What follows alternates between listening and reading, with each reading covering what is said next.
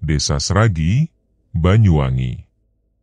Sebuah desa yang jika disebutkan namanya saja, orang-orang di Pasar Songgon akan saling pandang, sebagian berbisik, sebagian memilih diam.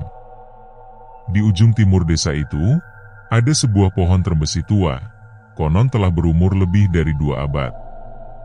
Akar-akarnya menjalar seperti cakar raksasa, yang mencengkeram tanah, batangnya berlumut dan selalu tampak basah, bahkan saat kemarau panjang.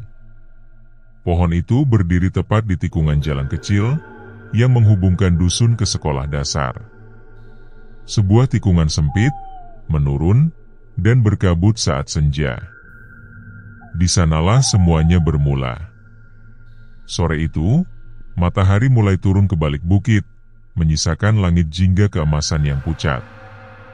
3 anak pulang dari sekolah lebih lambat dari biasanya. Mereka bertiga adalah Karno, Riyadi, dan Tarno. Mereka saling menggoda dan tertawa di jalan setapak. Aku dengar tadi Bu Guru cerita lagi tentang perempuan yang bunuh diri di pohon ini, kata Karno, menunjuk ke trembesi besar di depan mereka. Riyadi menelan ludah. Katanya arwahnya masih di sana ya. Tarno, yang paling kecil tapi paling pemberani, mencibir. Ah, itu cuma cerita orang tua buat nakut-nakutin. Ia mendekat ke pohon. Kuntilanak, kalau kamu memang ada, muncul dong, teriaknya. Angin tiba-tiba berhenti. Hening. Daun-daun trembesi tak lagi bergerak. Sunyi mendadak turun seperti kabut tebal. Dan dari atas pohon, terdengar suara. Hihihihihi. Suara tawa yang bercampur isak tangis, melengking namun lirih, seolah datang dari kedalaman dada yang penuh luka. Ketiga anak itu terdiam. Mata mereka menatap ke atas. Di dahan tertinggi, tampak sesosok putih tergantung terbalik. Rambut panjangnya menjuntai ke bawah, wajahnya tertutup bayang, namun gaunnya robek dan bernoda merah kecoklatan. Lari! Tarno menjerit paling keras dan mereka bertiga berlari secepat mungkin. Tapi saat pagi datang, hanya 2 yang sampai di rumah. Tarno hilang.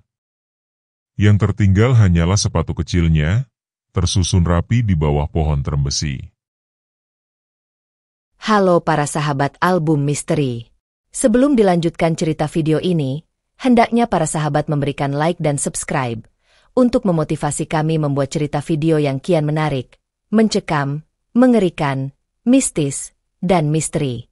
Selain itu tidak lupa untuk mengklik tanda lonceng, sehingga Anda menjadi penonton pertama yang mengetahui saat kami mengupload video baru. Dan, selamat menonton. Ajeng Prameswari belum seminggu tinggal di desa Sragi, namun setiap malam ia merasa seperti diawasi. Rumah dinas tempat ia dan 2 mahasiswa lain tinggal berada, tak jauh dari lokasi pohon trembesi yang kini jadi buah bibir. Setelah hilangnya Tarno, suasana desa berubah mencekam. Warga enggan keluar saat senja, dan anak-anak tak lagi sekolah.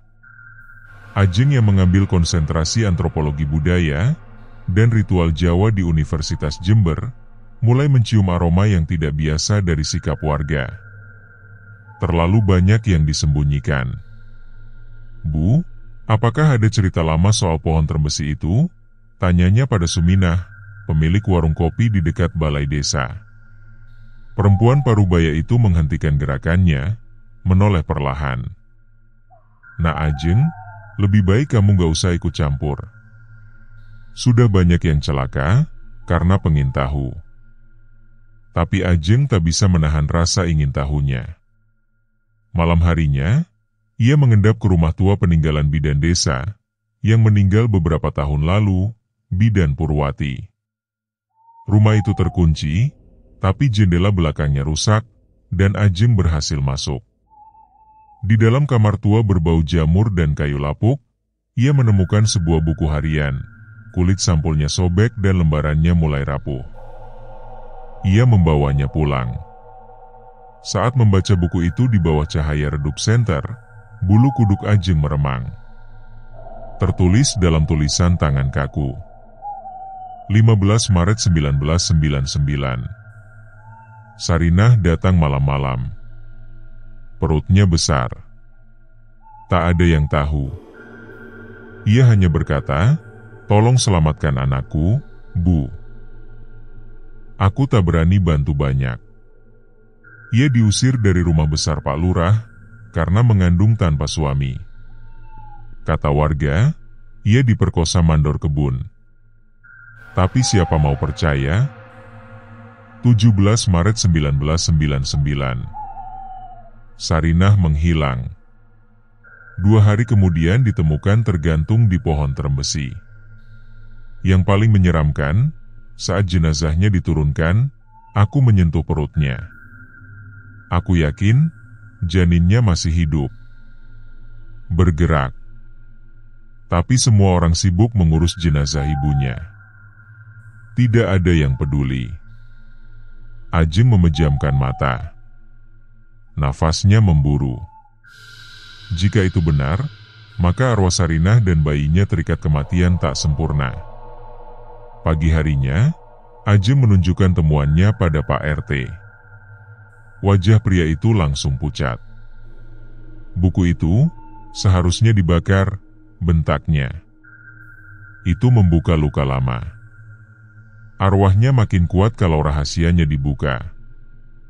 Namun Ajeng tahu, ini bukan hanya soal rahasia lama. Ini soal balas dendam dari arwah yang tak pernah didoakan. Dan malam itu, saat Ajeng tidur dengan buku harian itu di sampingnya, ia bermimpi melihat Sarinah berdiri di bawah pohon terembesi. Tubuhnya menggantung terbalik, matanya menatap tajam. Dari perut robeknya, keluar suara tangis bayi. Ajeng duduk di beranda rumah dinas KKN, matanya merah dan wajahnya pucat. Ia belum tidur sejak malam sebelumnya.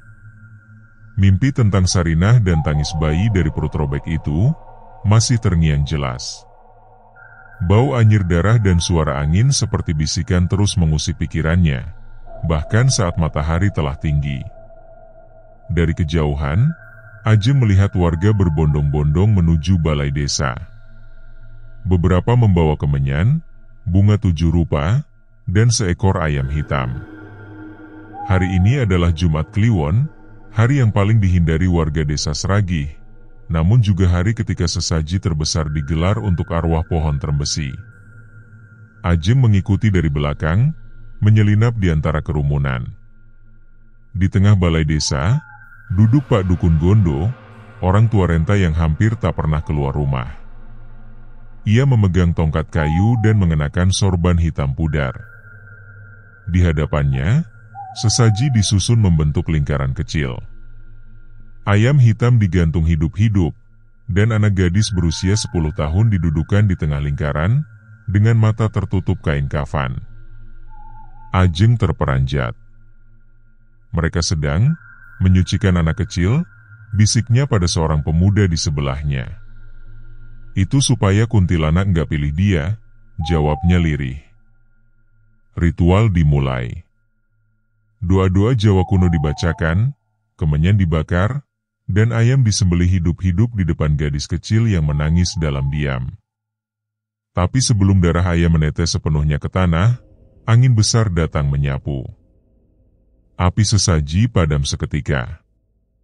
Kain kafan di mata gadis kecil tersibak, dan dia memandang ke atas, ke arah langit, dengan mata yang kosong. Dia datang, bisik anak itu.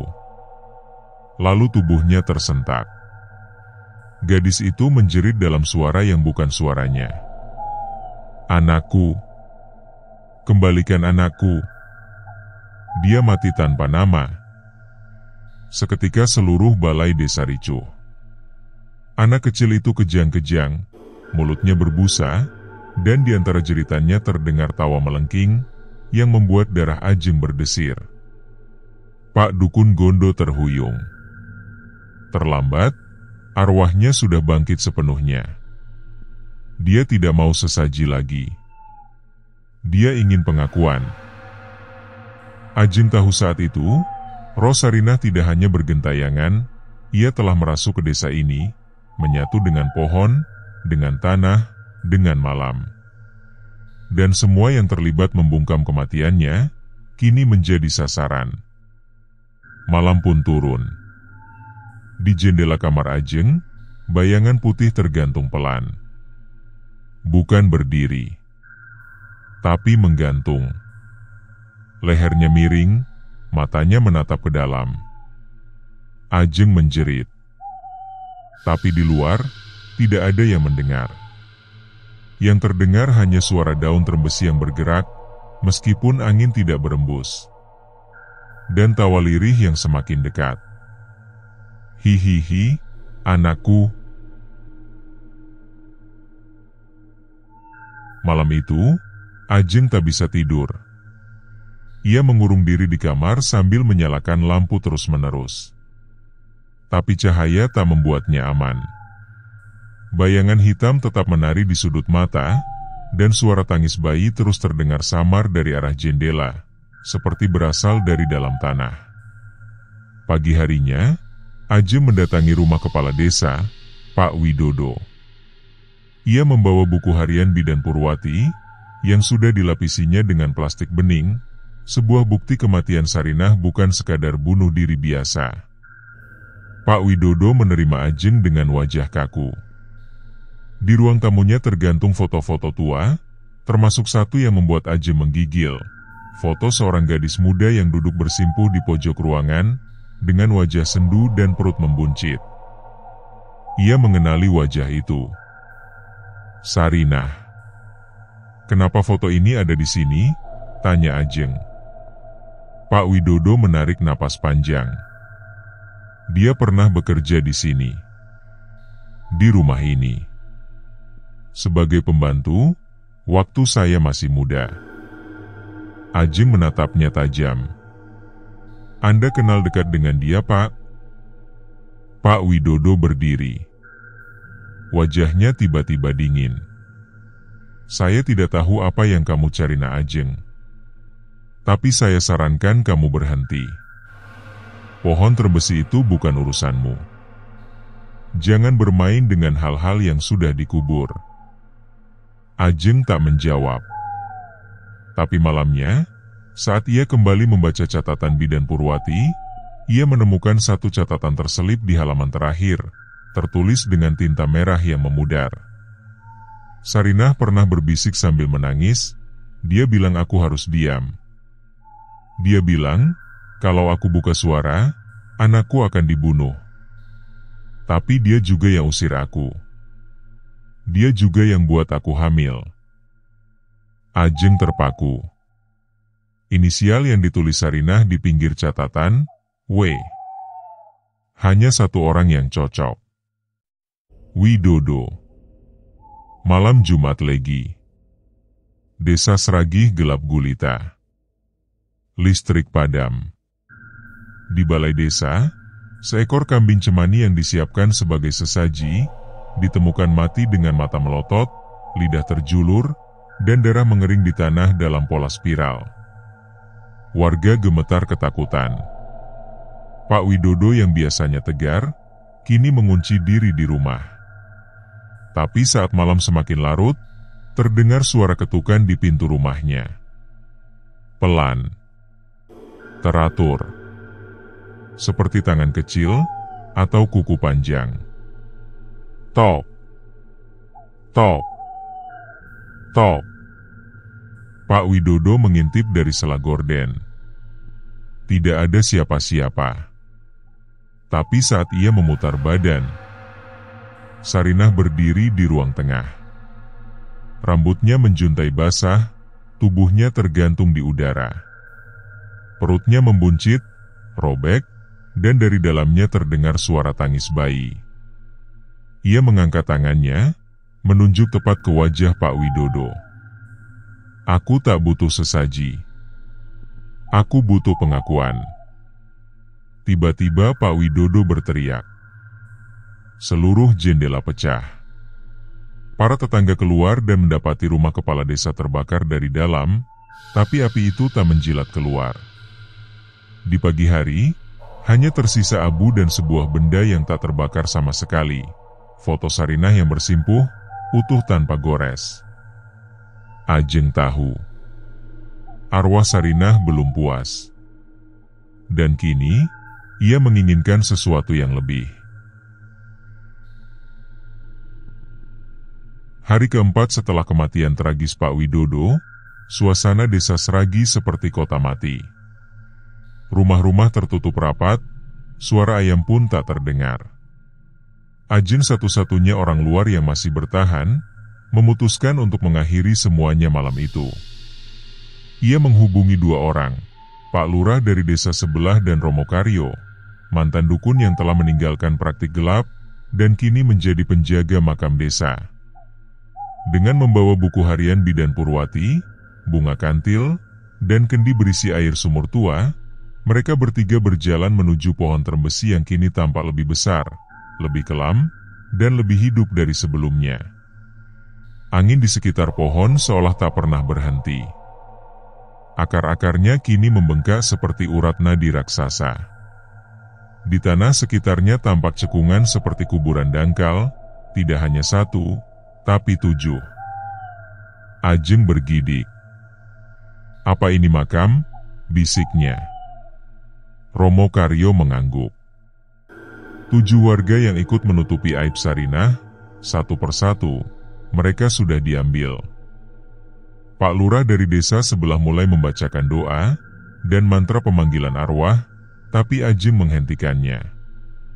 "Bukan pemanggilan," katanya. "Dia sudah ada di sini. Kita bukan panggil. Kita harus minta maaf." Ajeng berjalan ke depan, meletakkan buku harian dan kendi air di akar pohon. Ia berdiri dengan tangan gemetar, lalu berseru, "Sarinah, kami tahu kau disakiti. Anakmu tak diberi nama, tak diberi upacara, tak diakui. Tapi malam ini, aku memberinya nama, Surya. Putra dari perempuan teraniaya yang tak pernah menyerah." Hening. Lalu dari dalam pohon terdengar suara retak. Sesosok tubuh putih perlahan muncul di antara kabut, yaitu Sarinah. Tubuhnya tidak lagi menggantung, melainkan berdiri. Wajahnya bersih, tapi matanya basah. "Terima kasih." Lalu ia membuka lengannya, dan dari balik tubuhnya, muncul sesosok kecil, bayi lelaki, membungkus dirinya dengan kain kafan kecil, menangis perlahan, sebelum menghilang bersama ibunya dalam cahaya temaram yang muncul dari langit malam. Pohon terembesi tiba-tiba meletus dari dalam, tapi bukan dengan api, melainkan dengan suara tangis dan tawa yang akhirnya mereda menjadi hening sempurna. Keesokan harinya, warga mendapati pohon terembesi itu telah tumbang, akarnya mengering, dan daun-daunnya luruh seperti musim gugur. Di tengah batangnya, tertulis dengan luka membatu, "Sarinah dan Surya, ibu dan anak, telah pulang." Ajeng kembali ke kampus 2 minggu kemudian. Ia tak pernah lagi melihat kuntilanak atau mendengar tangis bayi. Namun di mejanya suatu pagi, ia menemukan sebungkus kain putih kecil, harum bunga kantil, dan selembar kertas bertulisan tangan halus. "Terima kasih sudah memberiku nama." Tamat.